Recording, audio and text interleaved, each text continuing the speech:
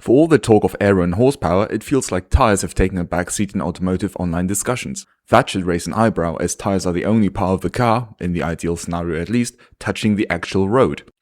And when people do talk about tires online, it usually defaults to tribal dunking or reading of brochures, which is rather unhelpful. With so much noise around tires, but not much information on the engineering behind a tire, this video will cover the basics of car manufacturers approaching tire development, the compound selection, the tread design, and the casing design. At the end, you'll understand how tires work and why a Cup2 on a GT3 RS is a completely different tire from a Cup2 found on the Aston Martin Valhalla. Hi, I'm Bear. I hold a German motorsport license, people pay me to set up their cars every now and then, and the guy who taught me to drive has more Nürburgring laps than most people have warm meals. You're watching The Chassis Code. This is Deconstructed, a format turning first-hand knowledge into actionable insights. Firstly, let's talk about how car makers work with tire makers to develop tires. Nowadays, manufacturers and suppliers work together to develop parts according to a manufacturer's brief. This close relationship is part of the reason why modern cars all feel so homogeneous nowadays. For this video, let's assume Porsche is developing a new GT2 RS, and the target lap time on the Nordschleife is 6 minutes 30. That's the brief. Here, the trade-off favoring dry lap time versus wet drivability can be made, unlike when Hyundai is developing a new all-season tire. The driver profile and the use case determines the market size and the pricing of the tires, which gives us the development budget for that new tire. Tire durability, rolling resistance, and tire grip sit on the same triangle and usually fight each other. You can help improve a grip of a tire at the cost of rolling resistance or tire life. You can increase tire life, but you'll sacrifice grip in return. The manufacturer knows this, and thus the brief will specify exactly what balance the new tires must fulfill. In our imaginary case, Porsche would send this brief to 4 or 5 tire manufacturers, and at the end of the development, before street homologation, they'll see which tires did the best job. Then, car makers typically pick the best 2 or 3 tires and homologate it for the new car. This is why Porsche has a Goodyear, a Michelin, and a Pirelli specifically for the GT3 RS. Porsche, being owned by VW, will have some leverage over tire makers that smaller, independently owned companies like Ginetta or Caterham won't have. Hence, Porsche has a massive dynamic advantage over smaller car makers before the first cars are even delivered. That's the business side of things. So let's move on to the actual development of tires. Let's talk about the chemical compound first. The first advantage of a softer compound is adhesion. The softer the rubber, the better it can conform to the microscopic pores in the road, so effectively you get a larger contact area. The second advantage, and this is usually overlooked, is hysteresis. As the tire rolls, the rubber is being deformed by the car's weight onto the road surface, and the tire is springing back slightly, but not fully. That lost energy results in heat, but also contributes to traction. This is why grip and rolling resistance are not independent. Hysteresis produces grip, but also creates rolling resistance and heat. So softer equals grippier is only true up to a point. Push it too far and the compound goes greasy and overheats, like a rain tire in the dry. Go too stiff and it skates, like a Cup2 on snow. What you're actually chasing is a compound whose viscoelastic behavior is optimal at its expected operating temperature. Which brings us to the glass transition temperature, or TG. Below TG, rubber is like glass, stiff, brittle, with little adhesion and little deformation. Above it, it's rubbery, grips, but starts to break down more aggressively. The sweet spot sits somewhere close to TG, so this is our optimal operating temperature. Soft enough to grip well, hard enough not to create too much wear or rolling resistance. So how do you move this glass transition point TG? We can achieve that by using different compounds. The classic levers are the styrene and vinyl content in the rubber and how much polybutadiene you blend in. More styrene and vinyl raises TG, polybutadiene drags it back down again. But the bigger lever in modern tires is silica. The problem with ultra-high performance tires is that they usually have a high TG to endure repeated hot laps during track days. But when it starts to rain, you'd want to stay out regardless, as you have paid for your track day and you want to get your money's worth.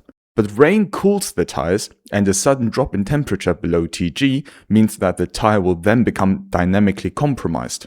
Silica provides a fix to this dry-wet transition problem when you only have one set of tires available. It changes the temperature dependence of hysteresis. It maintains higher hysteresis at lower temperatures, improving wet grip, while reducing hysteresis at higher temperatures, decreasing rolling resistance and heat buildup. That's why the latest Michelin Cup2s designed for the Carrera GT uses silica for this exact purpose in its multi-compound tread. What Michelin will not tell you is the actual chemical recipe, and unlike government alien files, Michelin won't be declassifying the chemical makeup anytime soon. Moving on to tread pattern, which gives the tire the ability to drain water in wet conditions. With a grooved pattern, you inadvertently create blocks which you can modify the stiffness of. Why is stiffness important, you ask? Well, the Jaguar XJ220 used Bridgestone tires for their high-speed record attempt, and in order to make the car more stable at high speeds, Bridgestone removed tread on purpose to reduce the block's height, which relatively speaking makes the blocks stiffer.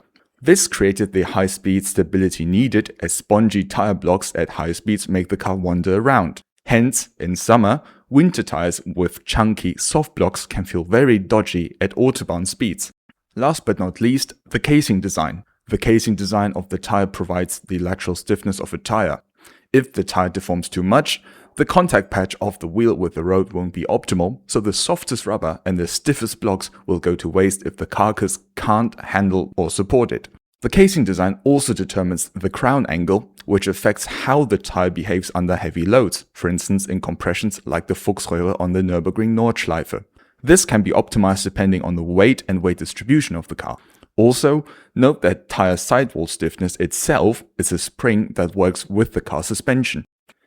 So, as you can see, all these properties from compound to tread to casing design play significant roles in determining the handling of a tire. You can't simply use the same tread blocks designed for a Nissan Leaf on a Honda Type R. And if we circle back to Porsche developing a new GT2 RS, all these design choices we have talked about will be modified and optimized to achieve Porsche's brief, given the weight distribution, cooling, aero, and expected top speed of the new car. At the end of the day, the new tire will be available on the new car simply labeled as the Cup2 or perhaps a Cup2R.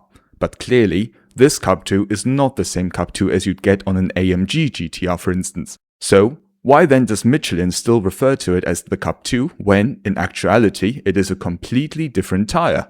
Here, we need to mention that the manufacturers do indeed use identifying labels. In the case of Porsche, certain tire sizes that would fit, say, a GT3 RS comes with an N marking, followed by a number to designate the development stage. For example, N0 means it is a tire that was developed with Porsche at launch, and N1 means a different variant for later development stages. Honda has the H marking, Ferrari has the K marking, and Mercedes have the MO marking.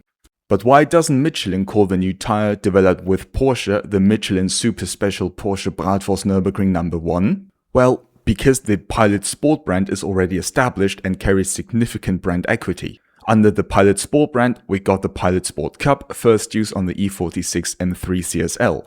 The PS2 also featured on the Carrera GT, and the Pilot Sport Cup2 has become the default for many sports cars. At this point, it's not just a tire but a whole sub-brand, and because Michelin owns this sub-brand, they can easily add new versions without running into trademark or copyright issues associated with inventing new names. Same for the Potenza line at Bridgestone and the P0 line at Pirelli. Here, the Cup2 name is really just a placeholder name. It does not tell you anything about the compound. A concrete example, the new Cup2 tires developed for the Aston Martin Valhalla basically uses the Cup2R compound, while still looking like a Cup2 from the outside. So, if a guy rocks up in a GR86 complaining about his Cup2s and you disagree after driving on Cup2s with N marking on your GT2 RS, you guys were not driving on the same tires. And because Cup2 N1s were designed with a certain weight, power, etc.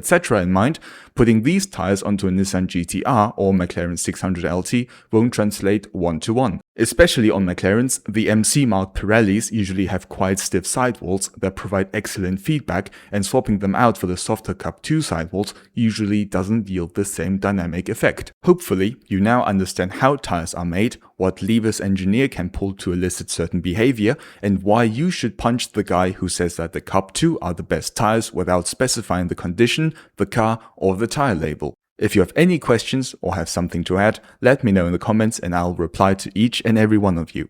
This has been the Chassis Code. God be with you, and until next time.